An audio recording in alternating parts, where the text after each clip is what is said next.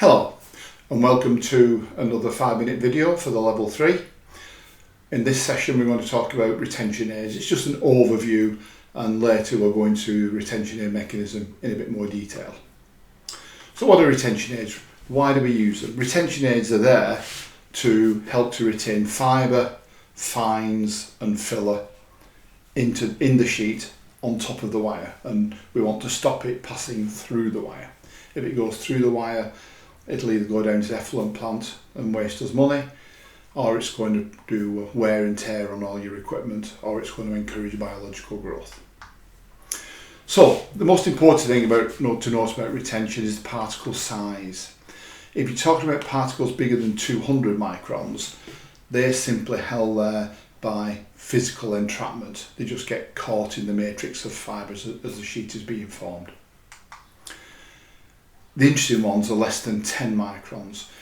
Where we've got particles less than 10 microns, then they're held onto the fibres, are held together by electrostatic attraction, and that's where the detail of the mechanism of retention comes into being.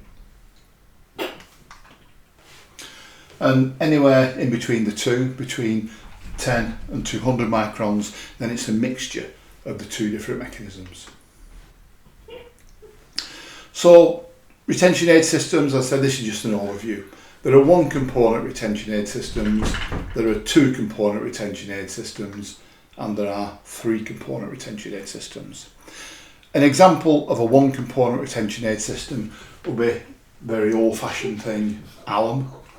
Alum was also known as the papermaker's aspirin. It was a cure-all for everything. If your sizing wasn't good enough when you had rosin alum sizing, you throw more alum in to solve the problem. If your retention wasn't very good, you threw alum in to solve your problem. If your dyes weren't fixing very well, you threw alum in to solve the problem. We don't see alum used very much in the paper industry nowadays. Most machines are over on the alkaline side, but it can be used. Or we can use single one polymer system. Two component systems usually rely on two different types of polymer, or sometimes a polymer and a microparticle system. And beyond the scope of this course really, so we won't be talking about this one later on, there are three component systems where we use cationic polymers, anionic polymers and microparticles all together. So summary of these retention aid systems: they work on particles that are less than 10 microns. They work by electrostatic attraction, and you can have either one, two or three component systems.